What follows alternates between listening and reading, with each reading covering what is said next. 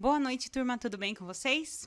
Então, dando continuidade à nossa aula, na aula passada nós comentamos, sobre a produção, sobre a regulação e secreção, então, dos hormônios tiroidianos, que são lá quem? O T3 e o T4, que nós comentamos na aula passada, ok? E hoje nós vamos falar sobre as doenças, que podem ocasionar no mau funcionamento da produção desses hormônios, ok? Então, nós vamos ver hoje aqui o hipotireoidismo. O hipotireoidismo é quando há uma diminuição na produção do hormônio do T4, ok? E um excesso na produção, do TSH. Nós vamos ver isso com mais calma ao decorrer da aula. Então, vamos lá.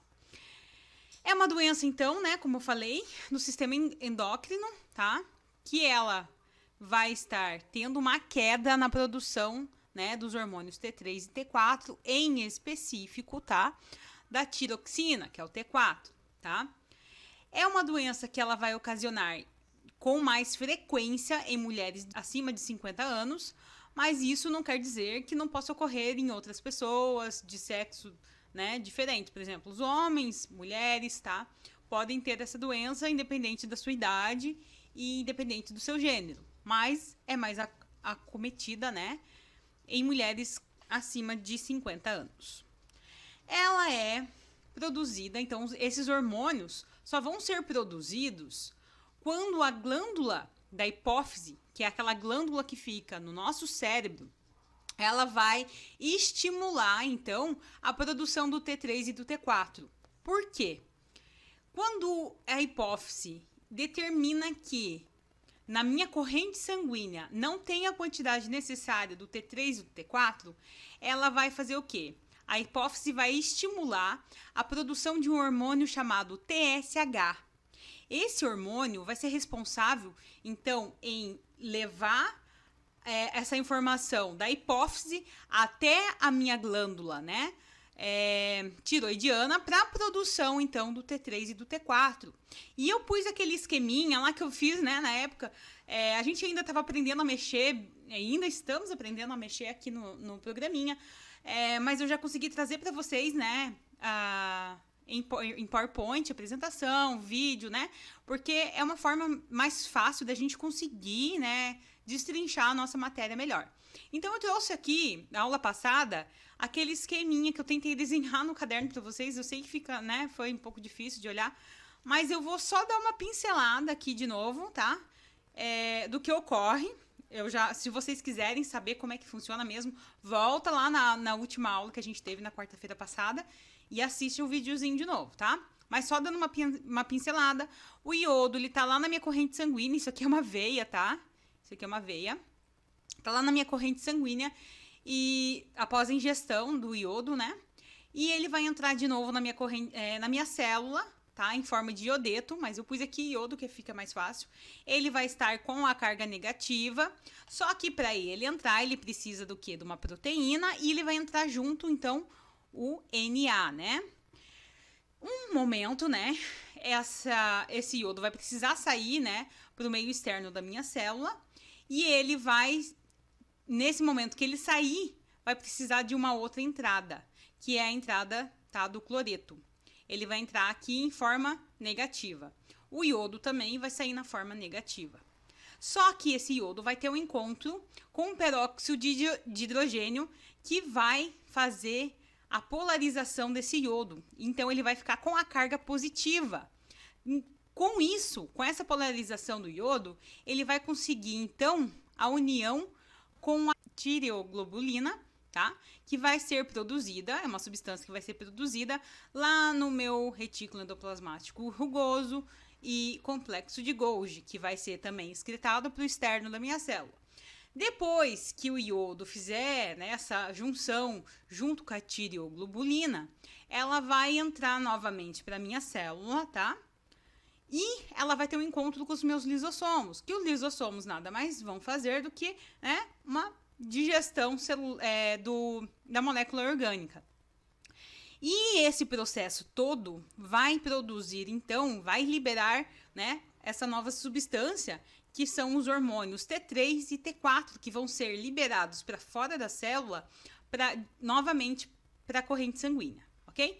Então, essa aqui é só uma pincelada da aula passada, tá?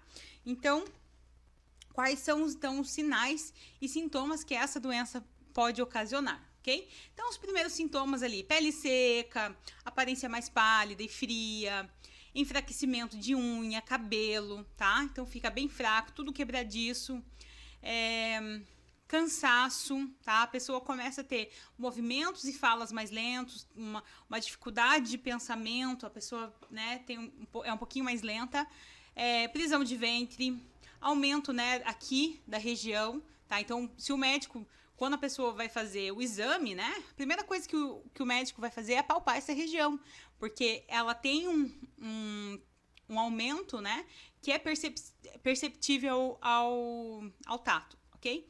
Então, a pessoa vai começar a ter maior inchaço, porque ela acaba retendo um pouco mais de líquido e, consequentemente, o ganho de peso, tá? E isso vai ser uma característica bem grande de pessoas com hipotireoidismo.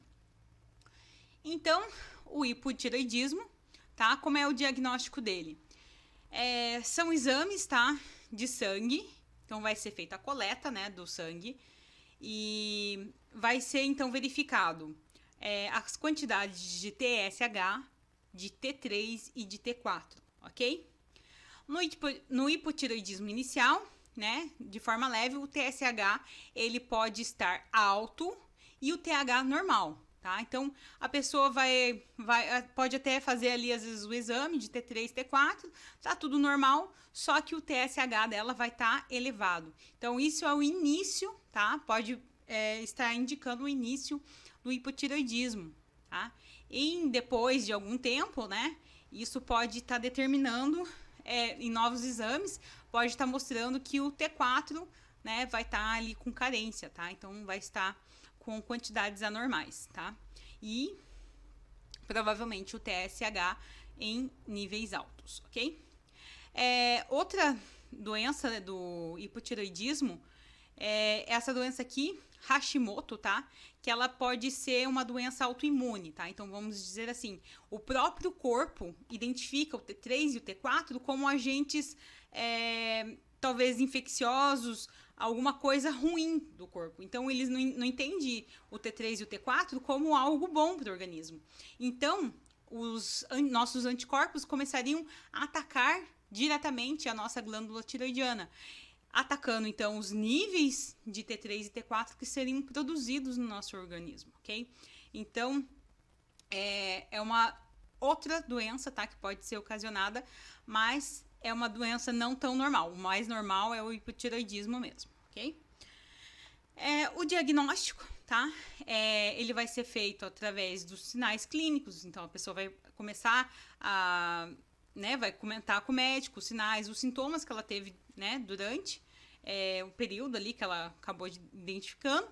Então, o médico, juntamente com o exame de sangue, vai determinar ali os níveis de hormônio TS3, T3, T4 e anticorpos, tá? Então, às vezes, ele consegue ali perceber uma quantidade de T3 e T4 diminuída e uma quantidade de anticorpos gritantes, então ele vai determinar essa doença aqui, de Hashimoto, tá? Então, ele fala, então é o organismo que está fazendo esse controle, né? Tentando controlar ali, como se fosse um agente infeccioso, mas não, né? E ele vai, na verdade, o médico vai fazer essa determinação, o que está alto, o que está baixo, tá? Para determinar. Se ele vê ali que o T4 está com carência, então ele automaticamente já vai diagnosticar o paciente com hipotireoidismo, tá? Em casos mais graves, né, ele pode sentir também ali no tato alguns nódulos, precisando fazer ultrassonografia, tá? E essa ali que ele vai determinar se a pessoa pode ter tido um desenvolvimento agravante do caso, levando até um caso mais sério como um câncer, ok? O tratamento, tá? É um tratamento, como a gente sabe, por enquanto ainda não foi achada uma cura, né? Mas o tratamento é feito de comprimidos controlados, né? Diários da levotiroxina, tá? Que é uma versão sintética do hormônio T4, fazendo essa substituição do hormônio, ok? Então, o paciente vai começar devagar, né? O médico vai determinar a quantia certa, de acordo com a quantidade que foi demonstrada no exame da carência do T4. Então, ele vai colocar uma miligrama de acordo com o que realmente o paciente precisa. Então, os resultados podem começar a aparecer após as 2 primeiras semanas do início. Então, as pessoas já vão sentindo melhora, menos cansaço, mais disposição. Homens, né, podem ter ali o libido de volta, né? E só que podem vir com isso, com o uso desse remédio, pode ter seus efeitos colaterais, que seriam tremores, insônia, né, palpitações. Então, por isso, não tem assim como fazer um tratamento. Professor, eu acho que eu tenho. Eu fiz lá o exame, então eu vou tomar por conta. Não, o médico precisa determinar qual é o nível certo, tá, de produção desses hormônios. Então, ele que vai saber determinar a quantia certa desse medicamento. Então, essa foi nossa aula, ok? Espero que vocês tenham compreendido, mas se não tenham medo de perguntar, deixa ali nos comentários, tá? As perguntas, nós também vamos estar entrando com vocês. Quem quer, quem pode, quem tem internet, tá? Quem às vezes ali tá usando os dados do celular, né? Vai comer um pouquinho mais, então é melhor às vezes nem usar. Mas vou abrir para vocês ali, tá? Na nossa segunda aula. A videoaula, tá?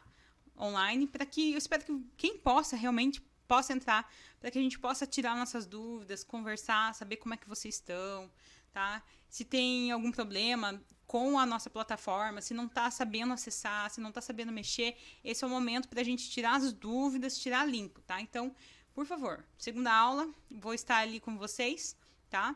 Eu mais perto ali do horário, eu já mando para vocês o link certinho para vocês entrarem. Não esqueçam também de responder a chamada, ok? Isso é muito importante. Outro detalhe muito importante sobre a chamada é que se vocês me entregam a chamada no domingo, no sábado, ou até 1 minuto após acabar a aula, eu vou saber o momento. Eu recebo um e-mail, tá? Com o horário de cada um que me respondeu a chamada, em que horário, em que dia, tudo certinho. Então, tentem, tá? Estar dentro da sala de aula naquele momento. É como se vocês estivessem indo para a escola, ok? Então, não é porque vocês estão em casa que vocês podem assistir às aulas em outros momentos. Por quê? Eu, nesse momento, vou estar dentro da sala de aula, junto com vocês. Então, vocês podem, às vezes, nem estar me vendo, mas eu tô ali. Então, se você tem uma dúvida, tem algum questionamento, eu vou estar ali para sanar, ok? Pode perguntar para mim, tá? Eu não tenho vergonha de perguntar, porque quem não pergunta acaba ficando sem conhecimento e às vezes era a mesma dúvida do outro, só que ficou com vergonha de perguntar. Então, se tem alguma dúvida sobre a matéria, vamos aprender, vamos deixar tudo claro, ok? Então é isso, pessoal. Até daqui a pouco nós estaremos ao vivo.